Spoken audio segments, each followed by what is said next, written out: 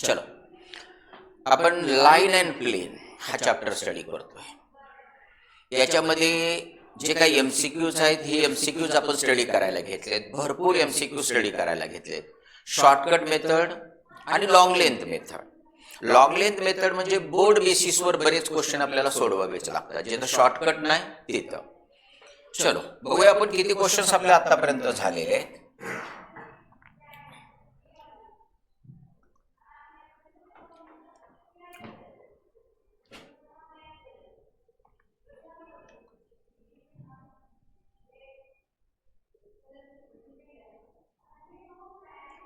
नाही झालेला मला वाटतं हा question. If the plane intersect the coordinate axis in ABC, then the center of triangle ABC। नाही झालेला हा question B.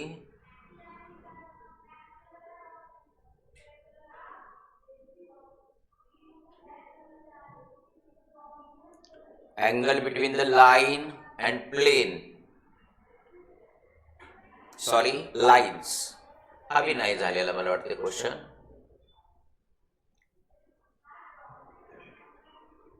If the foot of perpendicular from origin to the plane, this, then the equation of the plane is, हा भी question नाही झालेला आपला। The equation of the plane passing through this point and perpendicular to the line joining, ठीक आहे। आपण या point question पासून स्टार्ट करू। आता बघा आपल्या समोर हा एक क्वेश्चन आलेला आहे। क्वेश्चन आहे काय तो नीट बघा। आपल्याला जो क्वेश्चन दिलेला आहे तो क्वेश्चन व्यवस्थितरित्या वाचून त्याच्या करस्पॉन्डिंग आपल्याला त्याची थिअरी आठवली पाहिजे। जिथं तुम्हाला थिअरी आठवल तिथं समजायचं की क्वेश्चन तुम्हाला सुटतोय। थिअरी जर आठवत नसेल तर काही उपयोग नाही। ओके, आता हा क्वेश्चन बघा आपल्याला काय दिलेला आहे। The equation of plane passing through point -1 to 1 and perpendicular to the line joining the points. म्हणजे बाबांनो हा प्लेन मधला एक पॉइंट दिलाय आपल्याला। हा एक पॉइंट आहे प्लेन मधला, एकच पॉइंट दिला की आपण त्याला ए बार म्हणतो। तो आहे -1 to 1। प्लेनला परपेंडिक्युलर असणारा जो वेक्टर आहे तो n बार हा या दोन पॉइंटला जोडतोय। पहिला पॉइंट आहे समजा, पहिला पॉइंट आपण या ठिकाणी त्याला पी पॉइंट म्हणू। पी बार त्याचे कोऑर्डिनेट दिलेले आहेत आपल्याला इथं s -3 1 2। दुसरा पॉइंट आपल्याला दिलेला आहे क्यू, त्याला आपण क्यू बार म्हणू। यस तो पॉइंट आहे 2 3 4 आणि या दोन पॉइंटला जॉईन करणारा जो वेक्टर आहे तो वेक्टर हा या ठिकाणी प्लेनला परपेंडिक्युलर आहे, बरोबर। मग हो का मित्रांनो, हा पी क्यू बार म्हटलं मी म्हणजे असतो क्यू बार मायनस पी बार। Yes Q minus P, 2 minus minus plus 3 काय झाला 5i, 3 minus 1 plus 2j, 4 minus 2 म्हणजे 2k। माझा मित्रांनो पुढचं वेगळं काही सांगायची गरज नाही। प्लेन मध्ये प्रेझेंट असणाऱ्या एका पॉइंटचा पोझिशन वेक्टर ए बार आणि प्लेनला परपेंडिक्युलर असणारा वेक्टर n बार तुम्हाला जर माहित असेल तर त्या प्लेनचं इक्वेशन येतं r bar dot n bar is equal to a bar dot n bar. आणि मला वेक्टर इक्वेशनच काढायचं आहे कारण r बार डॉट असं एक आन्सर आहे। हे का इथं yes equation of plane perpendicular to vector n bar and passing through point a bar। Yes हो का हा r बार डॉट n बार तुमचा हो का इथं आहे 5i plus 2j plus 2k ABCD 4 option मध्ये मी ओझरती नजर टाकील की हा व्हेक्टर आर बारला डॉट मध्ये कुठं दिलाय. जर एकाच जाग्यावर दिलेला असेल तर ते माझं आन्सर. उजवी बाजू कॅल्क्युलेट करण्यासाठी मी टाइम वेस्ट घालवणार नाही. आदरणीय स्टुडंट, अशी सिच्युएशन चक्क 2 ऑप्शन मध्ये ए बार ए आणि बी, याचा अर्थ मला पुढचं कॅल्क्युलेशन करावं लागेल.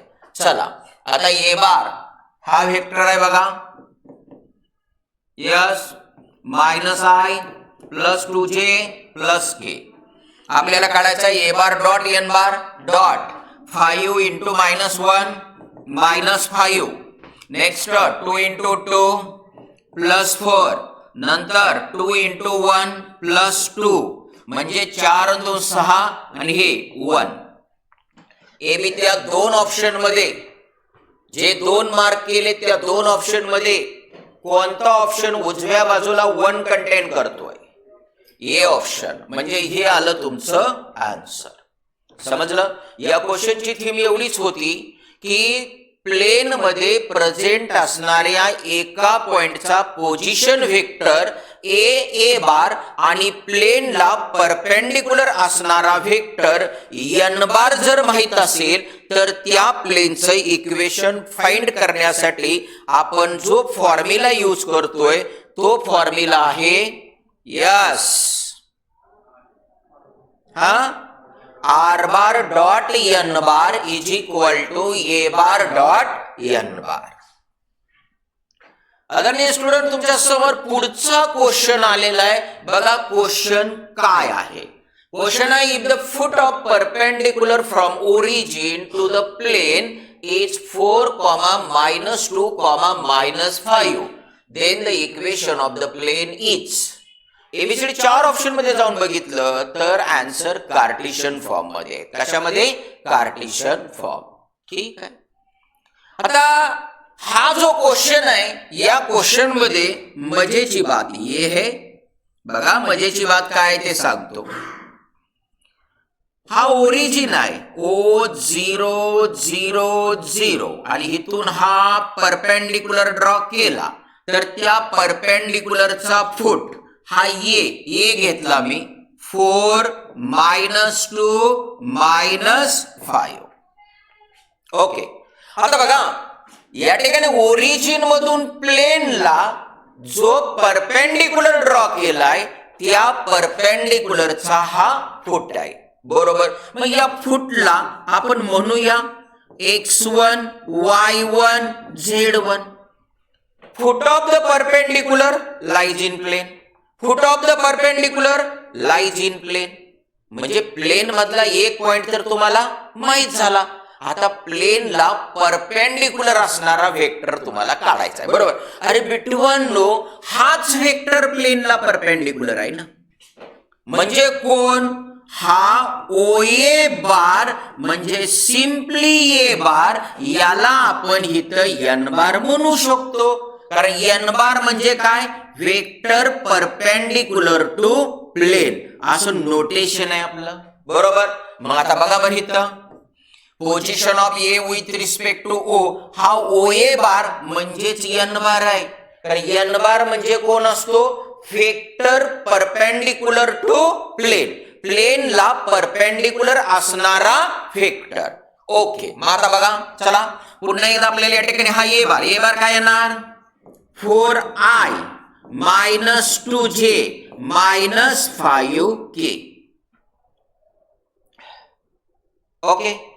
जनरली इथं तुम्ही बघितल्यानंतर हे असं फाइंड करण्याची तुम्ही चूक करणारच नाही. सर का? अहो तुम्हाला कार्टेशियन फॉर्म मध्ये जर जायचंय तर व्हेक्टर फॉर्म मध्ये कशाला जायचंय? डायरेक्ट तुम्हाला याचे DRS घेता येतील ना. एन बार OA चे DRS काय? OA चे A -O थोडक्यात 4 -0 4 -2 -0 -2 हा कमाजी -5. हे आले तुमचे ABC. आता हा formula yes equation of a plane passing through A x1 y1 z1 काय आहे x1 y1 z1 4 -2 -5 and perpendicular to plane perpendicular to vector कोणता व्हेक्टर n बार whose direction ratio ABC काय आहेत 4 -2 -5 इच आठवते का तुम्हाला प्लेन मध्ये प्रेझेंट असणाऱ्या एका पॉइंटचे कोऑर्डिनेट्स x1 y1 z1 आणि त्या प्लेनला परपेंडिक्युलर असणाऱ्या वेक्टर n बार चे डायरेक्शन रेशोज माहित असतील तर प्लेनचं इक्वेशन येतं a into x minus x1 plus b into y minus y1 plus c into z minus z1 is equal to 0 yes ना. आता मित्रांनो इथं नीट लक्ष द्यायचं एक एक पॉइंटला. चला आपण व्हॅल्यू सबस्टिट्यूट करू. ए काय आहे तुमचा 4 x मायनस x1 x1 काय आहे तुमचा 4च यस प्लस बी काय आहे तुमचा -2 y मायनस y1 काय -2 minus minus plus plus C काय आहे तुमचा -5 into yes z minus z1 काय -5 minus minus plus is equal to 0. चलो आगे बढ़ रहा है मिस्टर माने. आता प्रोडक्ट घ्या 4x -16 -2y -4 -5 ने -5z -25 इज इक्वल टू 0. आणि मग इथं राहिला हा 4x -2y -5z कॉन्स्टंटचे ऍडिशन करा. हे 16 आणि हे 4 20 आणि हे 25 45 तिकडे गेला तर प्लस. एबीसीडी 4 ऑप्शन मधला कोणता ऑप्शन उजवी बाजू 45 कंटेन करतोय तर तो आहे बी ऑप्शन. तर या पद्धतीने हा क्वेश्चन तुम्हाला सोडवायचा आहे. समजलं. आता जातोय मी एका छोट्याशा शॉर्टकट मेथड कडे. आता हाच क्वेश्चन सोडवण्यासाठी तुम्हाला एक शॉर्टकट आहे. काय शॉर्टकट आहे. हा जो पॉइंट आहे ए काय पॉइंट 4 -2 -5 हा पॉइंट कुठं आहे प्लेन मध्ये. हा पॉइंट कुठं आहे प्लेन मध्ये बरोबर. हा पॉइंट कुठं आहे प्लेन मध्ये. याचाच अर्थ या पॉइंटच्या कोऑर्डिनेट कडून प्लेनचं इक्वेशन सॅटिस्फाय होणार. मग मित्रांनो तुम्ही पहिल्यांदा ए ऑप्शन कडे आला. हा ए ऑप्शन आहे 4x + 2y + 5z is equal to -13. बघा 4x किती आहे 4 + 2 इंटू y किती आहे -2 z किती आहे -5 4 चौक 16 हा किती -4 हे किती 25 नॉट इक्वल टू -13 येते का नाही येत. हे 16 हे 25 -9 आणि -4 किती -13.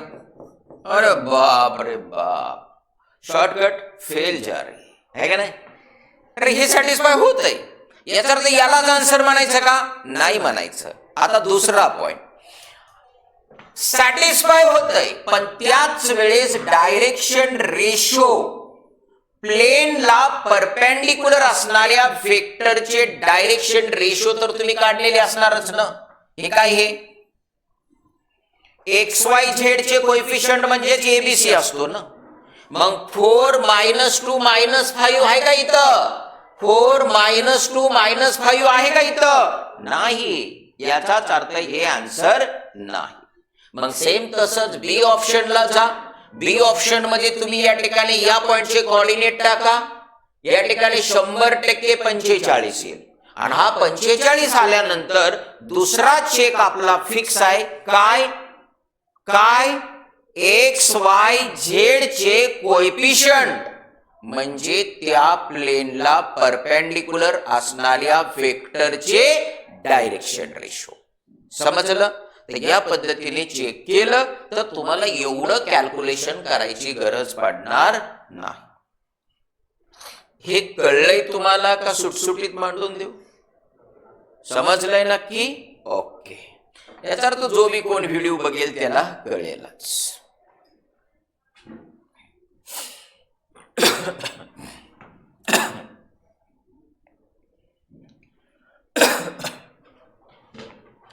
क्वेश्चन वाचून घ्या. अ line in space passing through these 2 points, the direction cosines are proportional to. मित्रांनो, आपण जर या ठिकाणी एखादी लाईन घेतली तर त्या लाईनचे डायरेक्शन कोसाइन्स हे त्या लाईनच्या डायरेक्शन रेशोला प्रोपोर्शनल असतात. बरोबर? Direction cosines are proportional to direction ratio. बघा सेंटेन्स वाटलं तर लिहून ठेवा. लिहून ठेवा. Yes, the direction cosines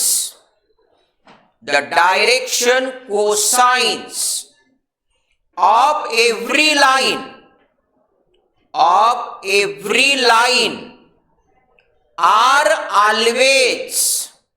are always proportional to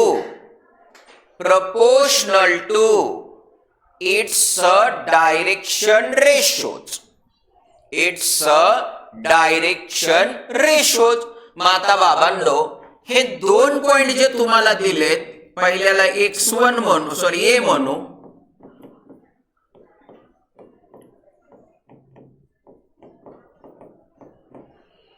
तर याचे direction ratio of line passing through 2 points A, B identical equal to. Line वरच्या 2 पॉइंटचे कोऑर्डिनेट माहित असतील तर त्या लाईनचे डायरेक्शन कोसाइन म्हणजे त्या कोऑर्डिनेटचा डिफरन्स असतो त्या 2 पॉइंटच्या. म्हणजे मित्रांनो, x1 - x2, y1 - y2, z1 - z2 और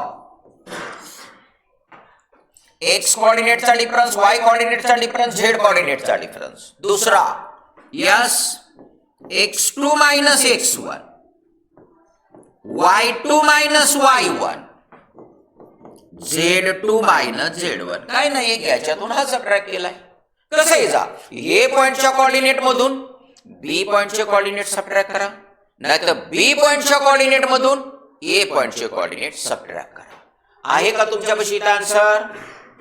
हे काय सी ऑप्शन.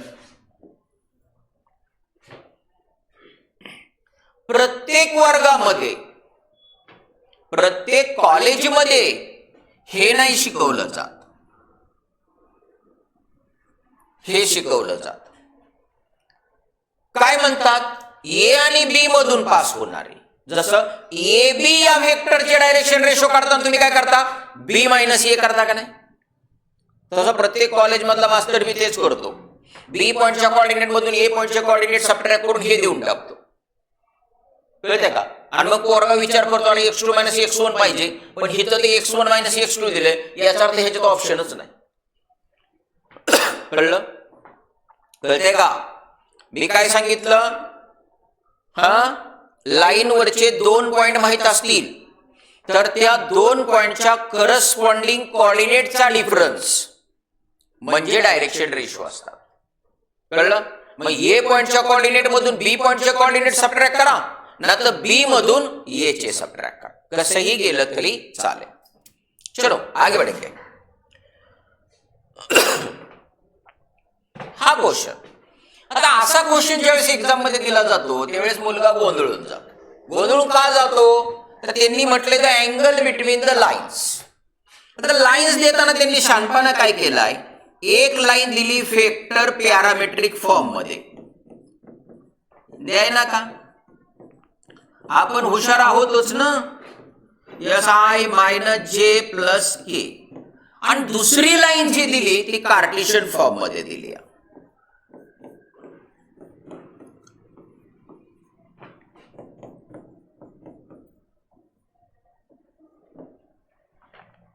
पहिली लाईन कशात दिली आपल्याला, वेक्टर फॉर्म मध्ये, आणि दुसरी लाईन कशात दिली आपल्याला, कार्टेशियन मध्ये। मग आपल्याला जो फॉर्म्युला यूज करायचा आहे दोन लाईन्स मधला अँगल फाइंड करण्यासाठी, तर तो फॉर्म्युला आपल्याला कार्टेशियन मध्ये परवडतो। मग काय करायचं सांगतो, हा जो पॅरामीटर मल्टा आहे त्याला मल्टिप्लाय असणारा जो वेक्टर असतो तो वेक्टर म्हणजे आपण बी बार म्हणतो, आणि तो बी बार म्हणजे या लाईनला पॅरलल असणारा वेक्टर असतो। म्हणजे बी बारचे डायरेक्शन रेशो आणि या लाईनचे डायरेक्शन रेशो हे प्रपोर्शन मध्ये असतात। कशामध्ये असतात, प्रपोर्शन मध्ये। स्पेशल केस म्हणून आपण डायरेक्ट म्हणायचं की यस बी बारचे डायरेक्शन रेशो आणि लाईनचे डायरेक्शन रेशो सेम। काय म्हणायचं, सेम। मग आता हो का, बी बार हा काय आला तुमचा, आय मायनस जे प्लस के, म्हणजे याचे direction ratio A1 B1 C1 म्हणजे आय जे के चे कोएफिशियंट्स, बरोबर।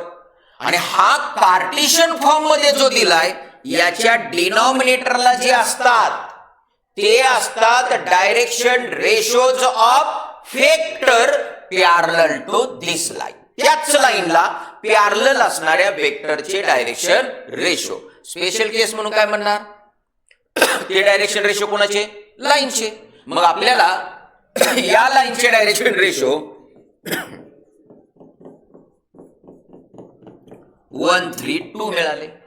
आता आपल्याला ज्या दोन लाईन्स मधला आपल्याला अँगल फाइंड करायचंय त्या दोन लाईन्स मधले डायरेक्शन रेशो, त्या दोन लाईनचे डायरेक्शन रेशो मिळाले। आपल्याला ज्या दोन लाईन्स मधला अँगल फाइंड करायचा आहे त्या दोन लाईनचे हे डायरेक्शन रेशो मिळाले। मग डायरेक्शन रेशो माहित असतील तर आपल्याला एक फॉर्म्युला माहित आहे की हो, cos theta is equal to A1 A2 plus B1 B2 plus C1 C2 upon ABCD चार ऑप्शन मध्ये 90 डिग्रीचा ऑप्शन आहे का बघायचा। ABCD या चार ऑप्शन मध्ये 90 डिग्रीचा ऑप्शन आहे का बघा, आणि जर असेल तर तेच आन्सर असण्याचा चान्स असतो। मग तो चान्स करेक्ट आहे का हा चेक करण्यासाठी तुम्ही याचा हा डिनॉमिनेटर बिलकुल मांडत बसू नका, समजतंय। याचा जो डिनॉमिनेटर आहे तो बिलकुल मांडत बसू नका।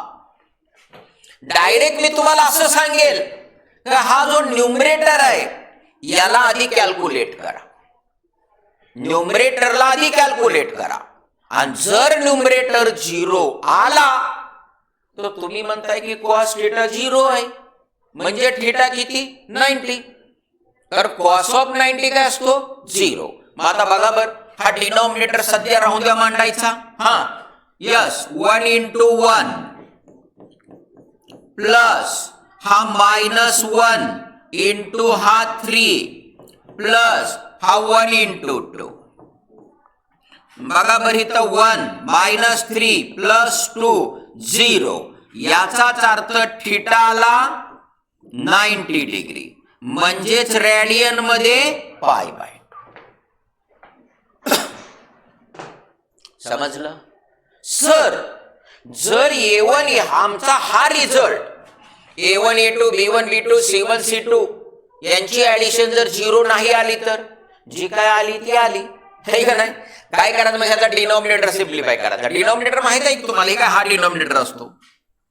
Yes a1 square plus b1 square plus c1 square into yes plus b2 square plus c2 square.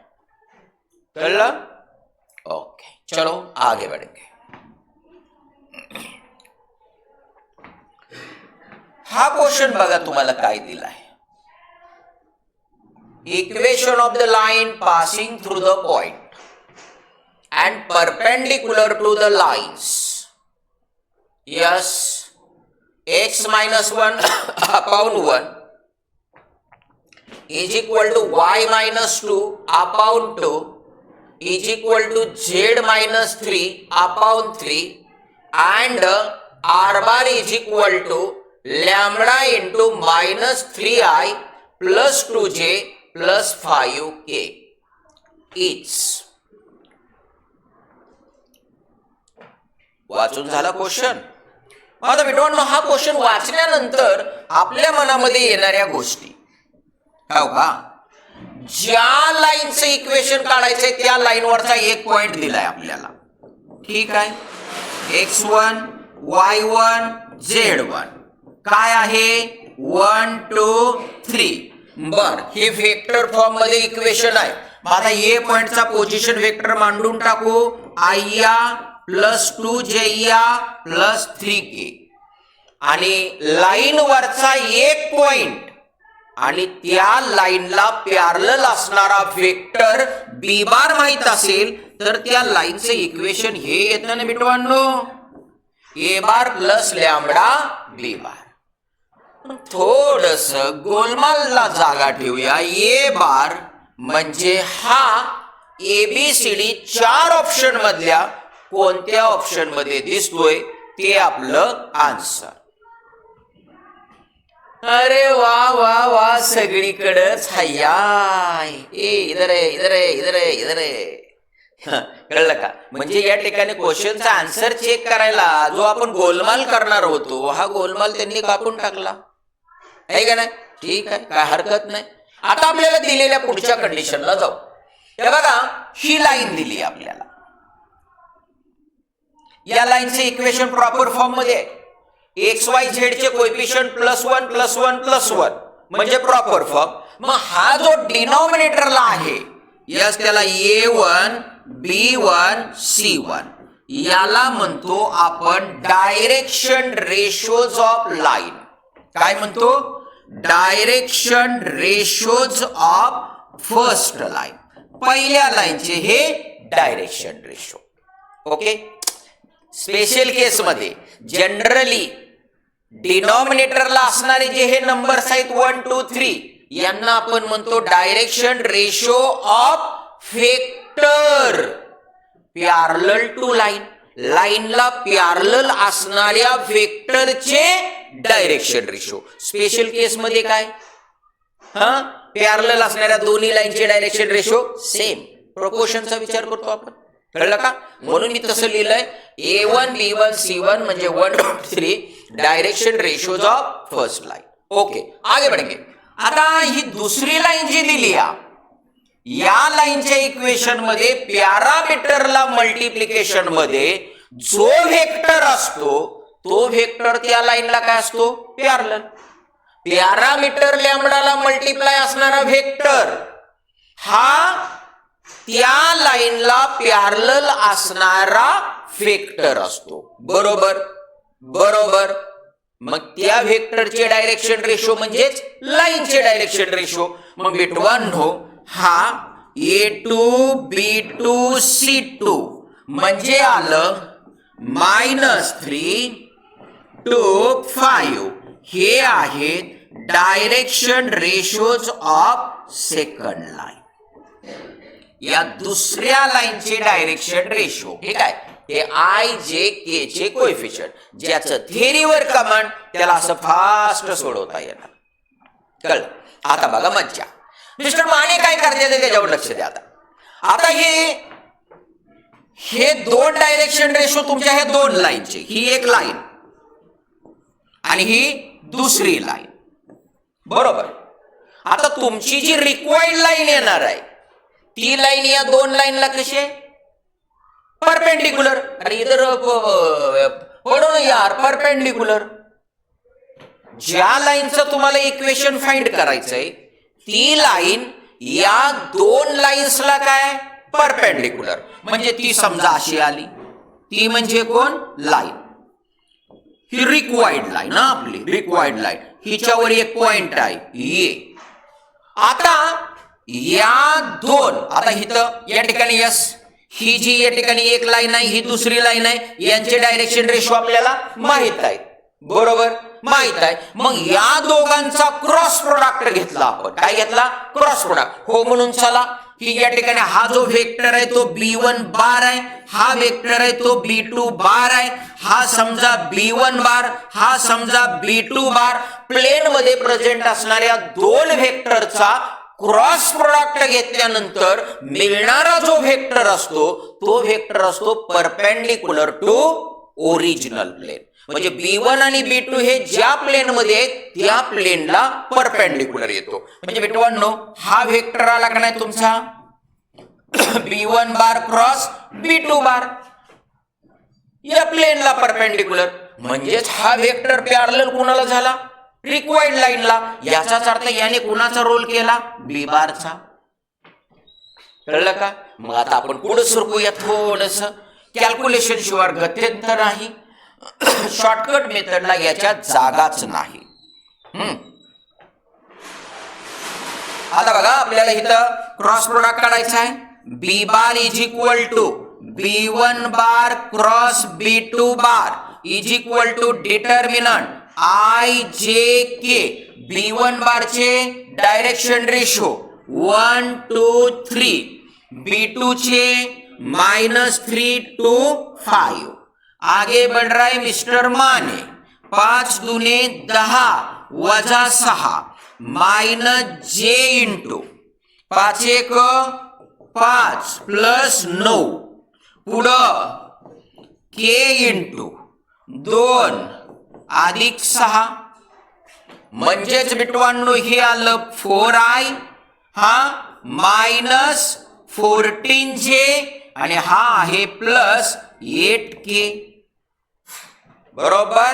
मग आता हा 4 - 14 8 असं एबीसीडी 4 ऑप्शन मध्ये कुठं दिसतंय का? दिसतंय. हे काय इथं या क्वेश्चन मध्ये त्यांनी कंबर कसलेली आहे तुम्हाला फसवण्याची. त्यांनी आता शहाणपणा काय केलाय तो मी सांगतो. आता हा वेक्टर आला आपला, आपण आपल्या रिक्वायर्ड प्रोसिजरला आलो. बघा बरं इथं R bar is equal to काय येणार? A bar plus lambda B bar. Equation of line passing through point A bar and parallel to B bar. Equation of line passing through point A bar and parallel to vector B bar. आता A point तुमचा हा आलाय I + 2j + 3k. बघाच ठरलंय आपलं त्या पद्धतीने. Okay. आणि हा lambda into मित्रांनो हा तुमचा बी बार. कसा मी चेंज करतोय त्याच्याकडे नीट लक्ष. एकदम मस्त क्वेश्चन आहे. ओके. तुमच्या एक गोष्ट ध्यानात येते किंवा आली पाहिजे की हे सगळे इवन नंबर आहेत. मग यांच्यातनं कॉमन काय येतोय तो कॉमन घेऊन टाका. 2 कॉमन घेतला, काय राहिलं? 2i. बे 7 14, बे चोक 8. बरोबर. आणि आता बघा बरं इथं हे I + 2j + 3k plus lambda काय? पॅरामीटर. 2 काय? पॅरामीटर. मग याच्या जाग्यावर एक छोटासा पॅरामीटर घ्या. यस लॅम्बडा डॅश घेऊन टाका. Yes 2i -7j + 4k. ABCD 4 option मध्ये दिलेला पॅरामीटर लॅम्बडा आहे आणि तुम्ही घेतलेला लॅम्बडा डॅश आहे. ए पॅरामीटर काय बी असू शकतो. तुम्हाला वाटलं साळून केला की मला पॅरामीटर यसच घ्यायचा आहे, बिनधास्त घे बाबा, काही प्रॉब्लेम नाही. कळतंय का? महत्वाचा काय तर हा वेक्टर असलाच पाहिजे आणि पॅरामीटरला मल्टिप्लिकेशन मध्ये हा वेक्टर असलाच पाहिजे. मग बघा बरं हे आन्सर आलं का नाही तुमचं? यस. कोणता ऑप्शन? बी ऑप्शन आन्सर आलं तुमचं. कळलं? एकदम स्पेशल टेक्निकचा क्वेश्चन होता. फसवण्याची पूर्ण तयारी त्यांनी केली. कळलं? हा क्वेश्चन तुमच्या समोर आहे. एकदम मस्त क्वेश्चन आहे. वाचून घ्या.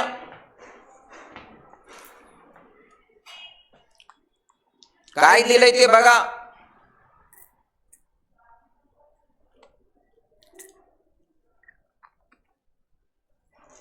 Yes, if the plane 2x plus 3y plus 5z is equal to 1 intersect the coordinate axis in point ABC, then the centroid of triangle ABC is. एकदम सिंपल. ही प्लेन कोऑर्डिनेट ऍक्सिसला इंटरसेक्ट करते ABC मध्ये.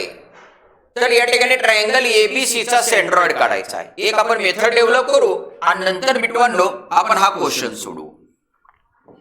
हा X axis, हा Y axis, हा Z axis, हा origin, हा triangle.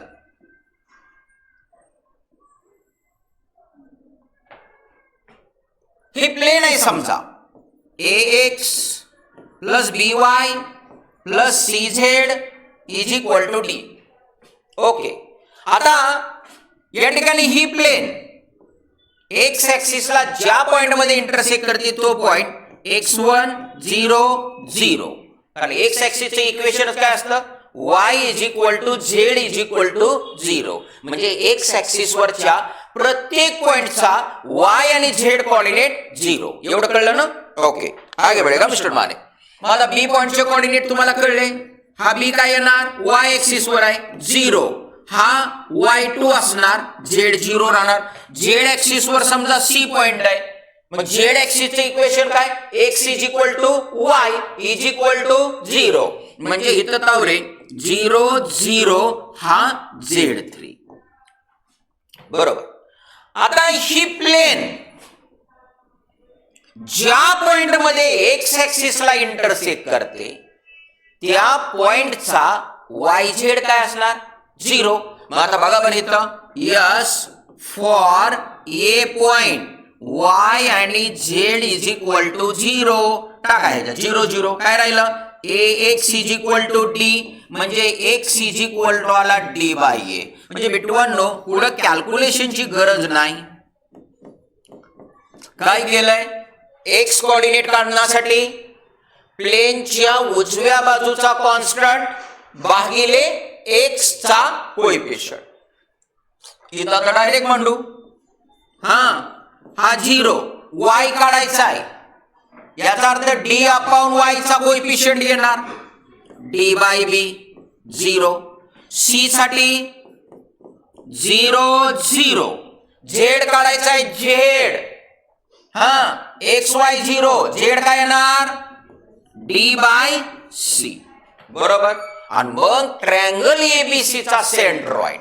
Yes, centroid of triangle ABC. या centroid समजा आपण एक्स वाय झेड घेतला. चला सेंट्रॉइड व्हर्टायसेसच्या करस्पॉन्डिंग कोऑर्डिनेटची ऍडिशन अपॉन 3 असतं. बरोबर. म्हणजे काय? याचा एक्स कोऑर्डिनेट, याचा एक्स कोऑर्डिनेट, याचा एक्स कोऑर्डिनेट. एक्स कोऑर्डिनेट तिघापैकी एकाचाच एक्झिस्ट आहे अपॉन 3. ठीक आहे. x1 plus x2 plus x3 upon 3. x2 आणि x3 0 0 आहे. कळलं? आगे बढेगा मिस्टर माने. मग सेम तसंच तुमचं कॅल्क्युलेशन y कोऑर्डिनेट साठी काय येणार? y1 plus y2 plus y3 upon 3. म्हणजे ए बी सी या 3 पॉइंटच्या y कोऑर्डिनेटची सम अपॉन 3. मग वाय कोऑर्डिनेटची सम. चलो 0 डी बाय बी 0, यस डी बाय ए, डी बाय बी अपॉन 3, झेड साठी डायरेक्ट लिहितोय डी बाय सी अपॉन 3. म्हणजे मित्रांनो हे आलं D bye 3a, D bye 3b आणि डी बाय 3c. फॉर्म्युला की जो फॉर्म्युला तुमच्या पुस्तकामध्ये कुठंच नाही तो मी तयार केला आणि आता माझा आन्सर हवा इथं येणार. बस मला एवढी जागा भरपूर झाली. मला दिलेली प्लेन कोणती आहे? क्यों गलत बन गया यार तू. हाँ प्लेन काय दिली मला सांगा? 2x plus 3y plus 5z is equal to 1. चलो सेंट्रॉइड जी. हाँ डी चा रोल कोणी केलाय? 1 ने, ए चा 2 ने आणि 3 चा 7 म्हणजे 1 बाय 3 इंटू 2. इथं डी बाय 3b, डी काय 1 3, बी म्हणजे y चा कोएफिशियंट 3, डी काय 1 3, सी म्हणजे z चा कोएफिशियंट. म्हणजे मित्रांनो हे आलं 1/6, 1/9, 1/15.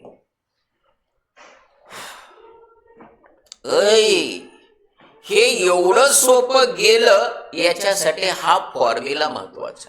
म्हणजे हा फॉर्म्युला तुमच्यापाशी असला पाहिजे. मग मला वाटतं 2 मिनिटात तुम्ही लिहून घ्यायला काय हरकत नाही. थांबतो मी 2 मिनिटं, घ्या लिहून. उरको फास्ट.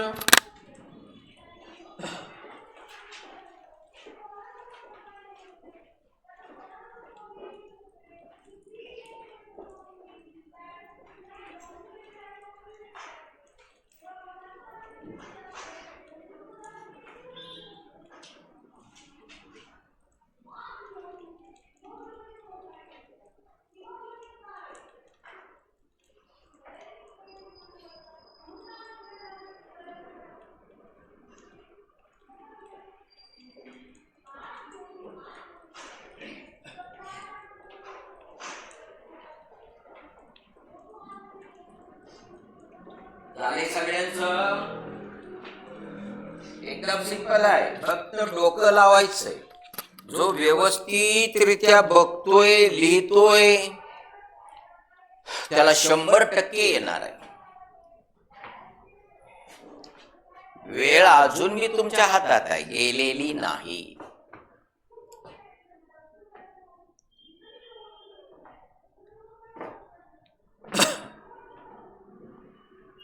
शंभर मार्क देणार आहे मॅथमॅटिक्स, देण्यात ठेवा.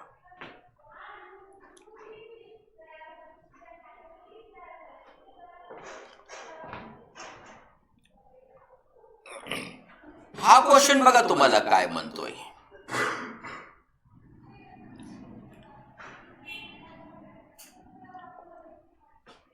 If the planes these two are parallel to each other, then the value of lambda is. बघूया किती लोकांचं डोकं चालतंय. ह्या 2 प्लेन आहेत. 2x minus 5y plus z is equal to 8. Second आहे 2 lambda x minus 15y plus lambda z plus 6 is equal to 0. ह्या 2 planes एकमेकींना पॅरलल आहे. समजा ही एक प्लेन आहे, हिला मी P1 म्हणतो.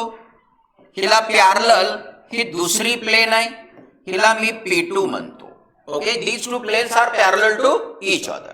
आता या P1 ही P1 आहे बघा तुमची. याच्यामध्ये XYZ चे कोएफिशियंट म्हणजे ABC आणि ही ABC म्हणजे कोण असतात? तो direction ratios of vector perpendicular to plain.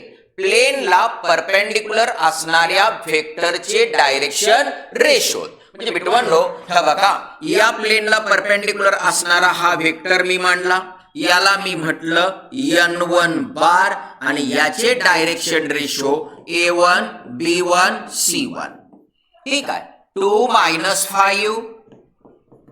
s1 हे आले तुमचे डायरेक्शन रेशो. सेम तसंच ह्या दुसऱ्या प्लेनला परपेंडिक्युलर असणारा हा त्याचा vector n2 bar yes a2 b2 c2 2 lambda comma -15 comma lambda. जर या दोन प्लेन एकमेकांना पॅरलल आहेत तर त्यांचे नॉर्मल सुद्धा एकमेकांना काय आले पॅरलल. म्हणजे मला असं म्हणता येईल यस p1 बार सॉरी p1 ना प्लेनचं नाव आहे ते.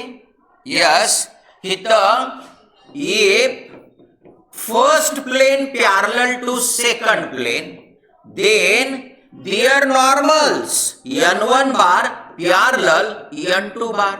आणि दोन वेक्टर जर एकमेकांना पॅरलल असतील तर त्यांच्या करस्पॉन्डिंग डायरेक्शन रेशोचे रेशो इक्वल असतात. a1 upon a2 is equal to b1 upon b2 is equal to c1 upon c2. म्हणजे विद्वांनो आपल्याला इथं असं घेता येईल a1 upon a2 is equal to b1 upon b2 is equal to c1 upon c2. चलो ह्याच्यामध्ये आता काही व्हॅल्यू टाकून कॅल्क्युलेशन केलं की आपला आन्सर आलं. चलो यस a1 हाजीर हो 2 a2 2 लॅम्बडा b1 -5 b2 -15. बस झालं पुढचं नका घेऊ. लॅम्बडा सापडला ना. हे काय डाव्या बाजूला लॅम्बडा आणि उजव्या बाजूला लॅम्बडा नाही. म्हणजे इथं हा 2 आणि हा 2 cancel 1 upon lambda minus plus 5 3 15. Reciprocal घेतला तर लॅम्बडा इज इक्वल टू 3 आहे का. लॅम्बडा इज इक्वल टू 3 आहे की काय हे ऑप्शन समजलं. म्हणजे क्वेश्चन समजला पाहिजे. मॅथमॅटिक्स तुम्हाला 100 मार्क देतोय. पर्सेंटाईलचा विचार केला तर तुम्हाला या ठिकाणी जे काय मार्क पडतात 200 पैकी फिजिक्स केमिस्ट्री मॅथ्स याच्यामध्ये तुम्ही 100 मार्क मिळवली 100 तरी तुमचं पर्सेंटाईल 96-97 पर्यंत जात. हे ध्यानात ठेवायचं. म्हणजे हे पर्सेंटाईल 96-97 म्हणजे तुमची पुण्यामध्ये एंट्री होणार आहे. टॉपच्या कॉलेजला ऍडमिशन नाही मिळणार. ध्यानात ठेवा. आणि ज्यावेळेस तुमचा स्कोर 140 150 याला शिवून पुढे निघतो त्यावेळेस तुम्हाला गव्हर्नमेंट कॉलेजच्या रस्त्याने जायला जमतं. पण तिथे परत तुमची ब्रांच आडवी येणार की तुम्हाला नक्की ब्रांचला कोणत्या ऍडमिशन घ्यायचंय. ज्या बाजूला जास्त गर्दी झालेली आहे तिकडे मेरिट वाढतं. ओके हा क्वेश्चन तुमच्या समोर एकदम मस्त क्वेश्चन आहे. वाचा. Yes, the lines given by 2 lines दिलेत are perpendicular then the value of m is. अरे बापरे त्या 2 लाईन्स परपेंडिक्युलर आहेत म्हणून सांगितलंय बरोबर. मग आता बघा याच्यामध्ये नीट लक्ष अभि नाही तो फिर कभीच नाही. ही पहिली लाईन या पहिल्या लाईन मध्ये पॅरामीटरला मल्टिप्लाय असणारा जो व्हेक्टर आहे b बार हा व्हेक्टर लाईनला काय असतो पॅरलल. काय असतो पॅरलल बरोबर. लाईनच्या इक्वेशन मध्ये पॅरामीटरला मल्टिप्लिकेशन मध्ये जो व्हेक्टर असतो तो व्हेक्टर त्या लाईनला पॅरलल असतो. म्हणजे B bar parallel to first line number 1 ला. आता हा पॅरामीटर म्यू याला मल्टिप्लाय कोण आहे 2i plus j plus 6k. Okay. आणि हा व्हेक्टर पॅरलल आहे लाईन नंबर 2 ला बरोबर. आता क्वेश्चन मध्ये काय म्हटलंय की line number 1 perpendicular to line number 2. Line number 1 perpendicular to line number 2 म्हणजे बिटवांनो B bar perpendicular to C bar ना. कारण बी बार हा लाईन 1 ला पॅरलल आहे. स्पेशल केस मध्ये बी बार म्हणजेच लाईन 1 कळलं का. नंतर C bar parallel to line number 2 आहे कळलं का. याचाच अर्थ हा सी बार हा लाईन नंबर 2 झाला कळलं. आणि म्हणून हे असं. आणि मग भेटवानो आपल्याला माहितच आहे 2 व्हेक्टर एकमेकांना परपेंडिक्युलर असतील तर त्यांचा डॉट प्रॉडक्ट काय येतो 0. म्हणजे हे तर चला आय 1 × 2 2 हे जे जे 2 into 1 2 के के m into 6 6m is equal to काय 0 म्हणजे 6m is equal to -4 m is equal to -4/6 2 चा भाग गेला -2/3 ठीक आहे हे ऑप्शन तुमचा आन्सर समजलं एकदम एकदम आपण किती शांत पद्धतीने सोडवतोय आपल्याला फक्त प्रॉपर्टीज माहित पाहिजेत ज्यांना प्रॉपर्टीज माहित आहेत त्याला प्रत्येक क्वेश्चन फास्ट सुटत राहणार हा क्वेश्चन बघा तुमच्या समोर आलेला आहे क्वेश्चन काय आहे बघा yes the equation of the plane containing the line x minus 2 is equal to y minus 4 upon 4 is equal to z minus 6 upon 7 and r bar is equal to I plus 3j plus 5k plus lambda into 3i plus 5j plus 7k is ठीक आहे प्लेनचं equation आपल्याला काढायचंय आणि ते बी Cartesian form मध्ये okay ही plain आहे बघा ही plain मी काढली इथं आता या प्लेन मध्ये दोन लाईन्स आहेत ठीक आहे ही एक लाईन आहे प्लेन मध्ये लाईन नंबर 1 ही दुसरी लाईन आहे लाईन नंबर 2 बरोबर बरोबर नीट लक्ष द्यायचं मी क्वेश्चन कसं सोडवतो नीट लक्ष आता ही जी लाईन आहे या लाईनचं इक्वेशन प्रॉपर फॉर्म मध्ये आहे एक्स वाय झेड चे कोएफिशियंट 1 1 1 आहेत याचा अर्थ हे डिनॉमिनेटर 147 म्हणजेच या लाईनला पॅरलल असणाऱ्या व्हेक्टरचे डीआरएस समजा हा व्हेक्टर मी घेतला b1 बार त्याचे डीआरएस समजा a1 b1 c1 काय आहे 147 नंतर या लाईनला पॅरलल असणारा व्हेक्टर सी बार याचे डीआरएस a2 b2 c2 अहो हे काय वेक्टर फॉर्म मध्ये दिलंय पॅरामीटरला मल्टिप्लाय असणारा व्हेक्टर हा तो लाईनला पॅरलल असतो मग हे डीआरएस 3 5 7 3 5 7 बरोबर मग जर आपण या दोघांचा क्रॉस प्रोडक्ट घेतला बी बार क्रॉस सी बार तर हा वेक्टर येणार परपेंडिक्युलर टू प्लेन बरोबर बी बार आणि सी बार हे दोन वेक्टर कुठे आहेत प्लेन मध्ये बी बार आणि सी बार हे दोन वेक्टर कुठे आहेत प्लेन मध्ये आता बी बार आणि सी बारचा जर क्रॉस प्रोडक्ट घेतला तर तो वेक्टर कसा येणार परपेंडिक्युलर टू प्लेन कसा येणार परपेंडिक्युलर टू प्लेन आला ना प्लेनला परपेंडिक्युलर असणारा एक वेक्टर सापडला आपल्याला हा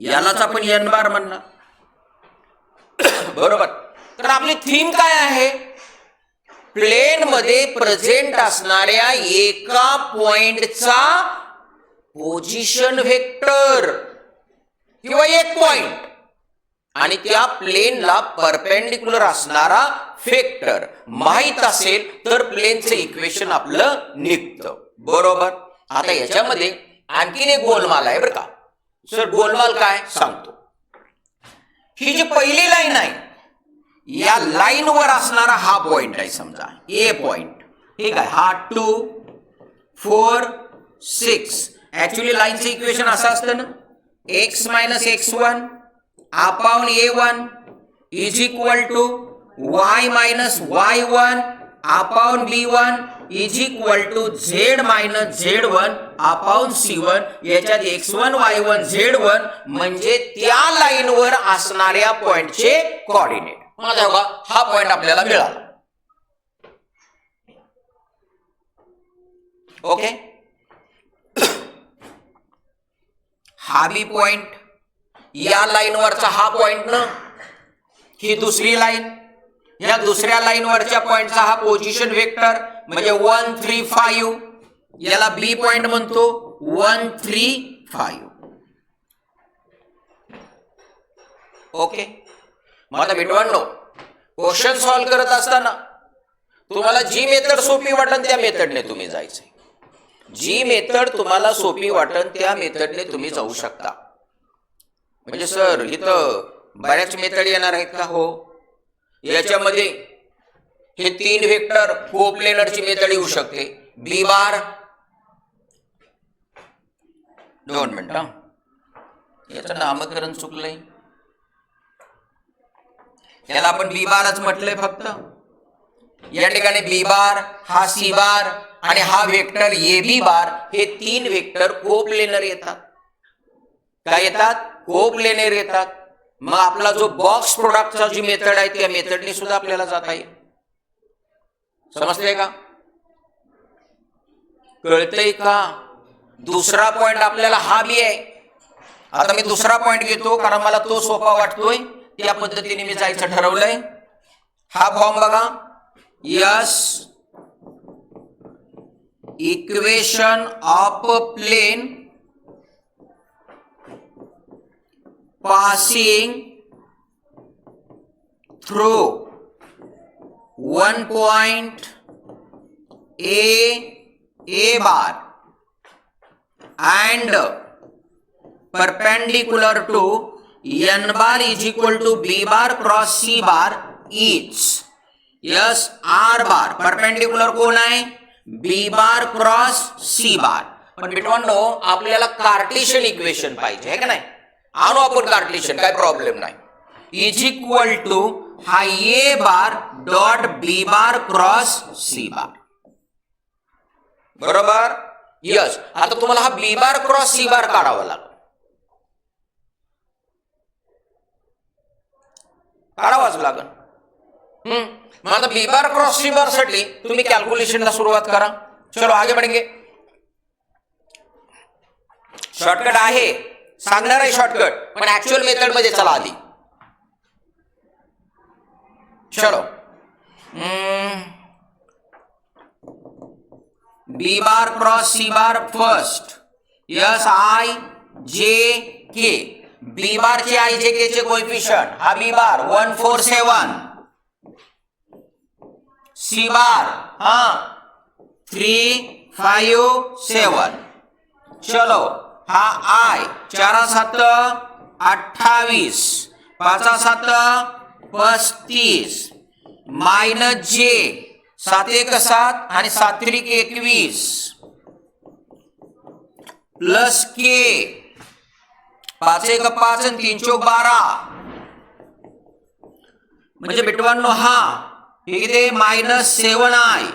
हा मायनस मायनस प्लस किती? 14j आणि हे -7k. बरोबर? चला आन्सरच्या दिशेने चाललो आता मी. नीट लक्ष. आता माझा जो फॉर्म्युला आहे तो फॉर्म्युला हा आर बार डॉट तो vector -7i plus 14j -7k. उजव्या बाजूला ए बार म्हणजे प्लेन मध्ये प्रेझेंट असणाऱ्या एका पॉइंटचा पोझिशन वेक्टर.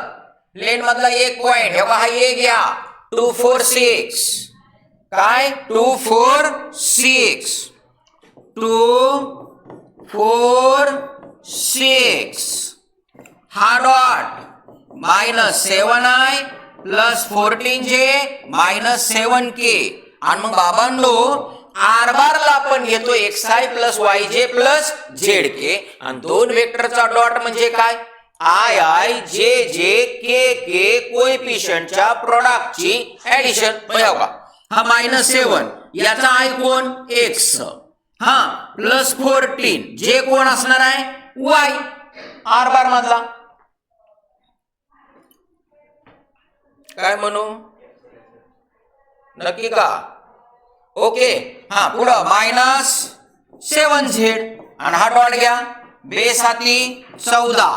हा 14 चोक किती? 56 का? अवघड आहे. 6 7 42. मग आता किती आलं हे सांगा मला. हे 42 आणि हे 14 56. हा 0. मग आता एबीसीडी 4 ऑप्शन मध्ये मला वाटतं ह्याला 7 ने भाग जातोय. 7 ने भाग गेला तर काय येते?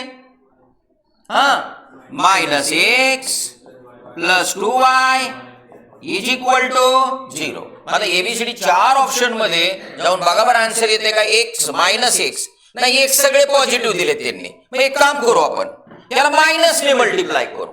यस, मायनसने मल्टिप्लाय केलं तर साइन चेंज झाली. ओके, परत आपण चेकिंगला जाऊ. उजवी बाजू 0, x - 2y + z = 0. ठीक आहे, सी ऑप्शन.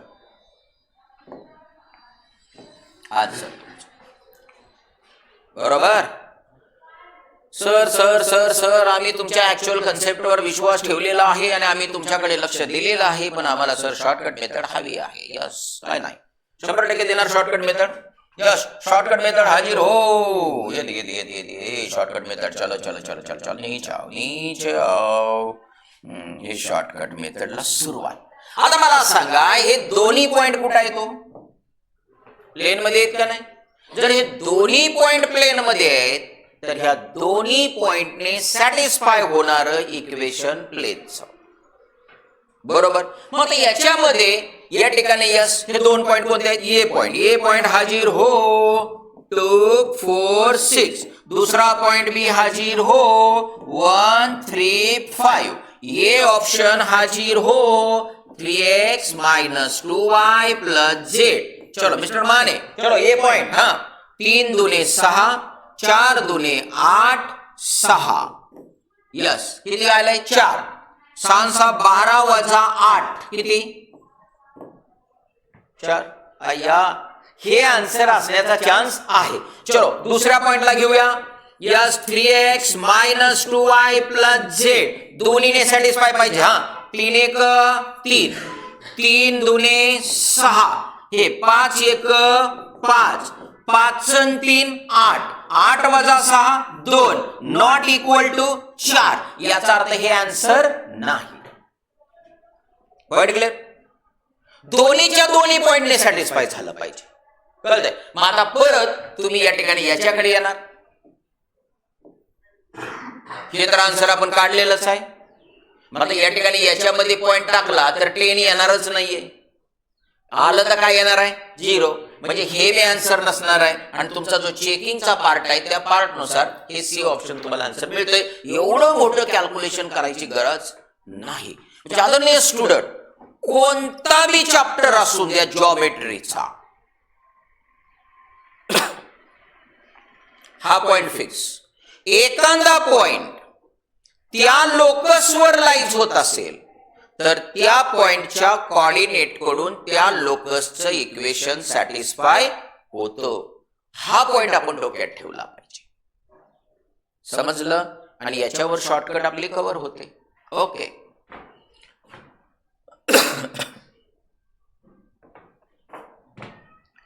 बेटवांनो, हा क्वेश्चन बघा तुमच्या समोर आहे. काय क्वेश्चन आहे? रिडो the unit vector perpendicular to plane. या प्लेनला परपेंडिक्युलर असणारा युनिट वेक्टर काढायचा. Unit vector. अहो ही plane 4x - 3y + 12z = 15. Simple idea. Unit vector perpendicular to plane तुम्हाला काढायचा आहे. तो आयजेके मध्ये दिलाय. अरे बिटवांनो, हा ABC तुम्हाला मिळाला 4 - 3 12. हे काय झालं? Direction ratios of vector perpendicular to plane. तुम्हाला काढायचं आहे काय? Unit vector perpendicular to plane. मग परपेंडिक्युलर प्लेनला परपेंडिक्युलर असणाऱ्या वेक्टरचे डायरेक्शन रेशो तुम्हाला मिळाले. याच्यावरून तुम्हाला डायरेक्शन कोसाइनला जाता येईल, है का नाही? हे आपण शिकलो ना. T = काढायचा √(a² + b² + c²). म्हणजे बिटवांनो हा 16 9 144. म्हणजेच काय आलं? 144 आणि हे 25 169. म्हणजे हा आला 13. बरोबर. आणि मग आपल्याला माहित आहे त्यानुसार yes unit vector yes unit vector perpendicular to plane is n cap is equal to vector upon त्याची मॅग्निट्यूड म्हणजे Li plus mj plus nk है का नाही. मग याच्यामध्ये हे तुम्ही जे शिकलाय हा एन बार न तुमचा मित्रांनो हा एन बार असतो. हा एन बार हा तुमचा युनिट वेक्टर एन बारचा मॉड असतो. हा कळतंय का. मी एवढं मी तुम्हाला करायची गरज नाहीये. हे यस यस यस सॉरी बरं का तुला जाऊन दे मध्ये कशाला घेऊ मोकळ्यातच. हा यस एन बार हाजीर हो 4 आया -3 जया प्लस 12k या आणि अपॉन हा 13 4i -3j प्लस 12k. बघा हे आन्सर आला. समजलं. तर या पद्धतीने आपण एमसीक्यू कॅरी करत आहोत. अजूनही याच्यामध्ये एमसीक्यू येणार आहेत. या ठिकाणी आता तुम्ही थकलेला आहात त्या बेसिसवर थांबतोय का घेऊ. ओके. तर बाबांनो प्रत्येक क्वेश्चन व्यवस्थितरित्या कॅरी करत राहायचंय. तुम्ही या ठिकाणी प्रत्येक क्वेश्चन व्यवस्थित थेरी डोक्यामध्ये ठेवून जर सोडवला तर तुम्हाला या ठिकाणी प्रत्येक क्वेश्चन शॉर्टकट मेथडने सुटणार आहे. याच्यासाठी प्रॅक्टिस भरपूर लागणार आहे. प्रॅक्टिस भरपूर लागणार. थांबूया.